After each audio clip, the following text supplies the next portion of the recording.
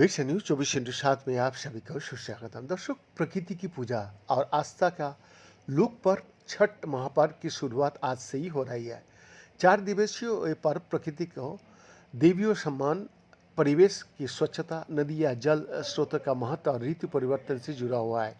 छठ पूजा कब से शुरू हुई? इस प्रश्न का ठीक सटीक जवाब देना मुश्किल हो सकता है, क्योंकि इस पर्व की मान्यता एक देवी से जुड़ी हुई है, लेकिन वास्तव में पूजा सूर्य की ही होती है।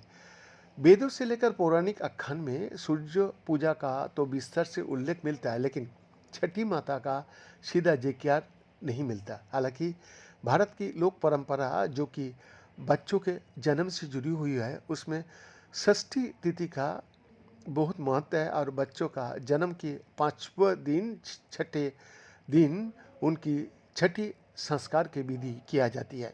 छठी एक लग्न भी है और माना जाता है कि वो नवजात बच्चे की सुरक्षा करती है। वही सूर्य पूजा का जिक्र भारत के दोनों प्रसिद्ध महाकाव्यों रामायण और महाभारत में तो मिलता ही है। हालांकि वो छोट पूजा की आज का स्वरूप जैसा नहीं है। सभी पुराणों में वर्णित जल प्रलय की पहली ही कथा का जो जिक्र होता है, उसकी शुरुआत सूर्य पूजा से ही होती है। महाराज मोनू ने जब स्नान के बाद कमर तक जल में रहकर सूर्यदेव को अर्घ दिया, उसी समय उनकी हथेली के जल में एक मछली आ गए। उस मछली ने मनुष्य से खुद को बचाने की प्रार्थना की। वही मछली भगवान विष्णु का मस्त अवतार थे।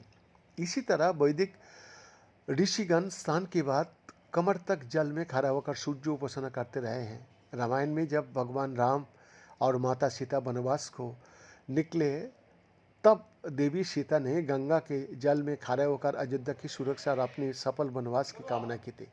फिर जब वो लौटकर आए तो अयोध्या में प्रवेश से पहले माता सीता ने 14 वर्ष पहले की ये सूर्य व्रत का गंगा में पारायण किया था। दीपावली के मौके पर अयोध्या वापसी के 6 दिन बाद ही रामराज की स्थापना हुई थी और इस दिन भी श्री राम ने अपने कुल के इष्ट सूर्यदेव का व्रत रखा था। माता सीता ने सूर्य षष्ठी की पूजा की, जो कि एक वैदिक अनुष्ठान रहा है। इसी अनुष्ठान के जरिए ही उन्हें लव और कुश का रूप में 2 पुत्रों का आशीर्वाद भी मिला था।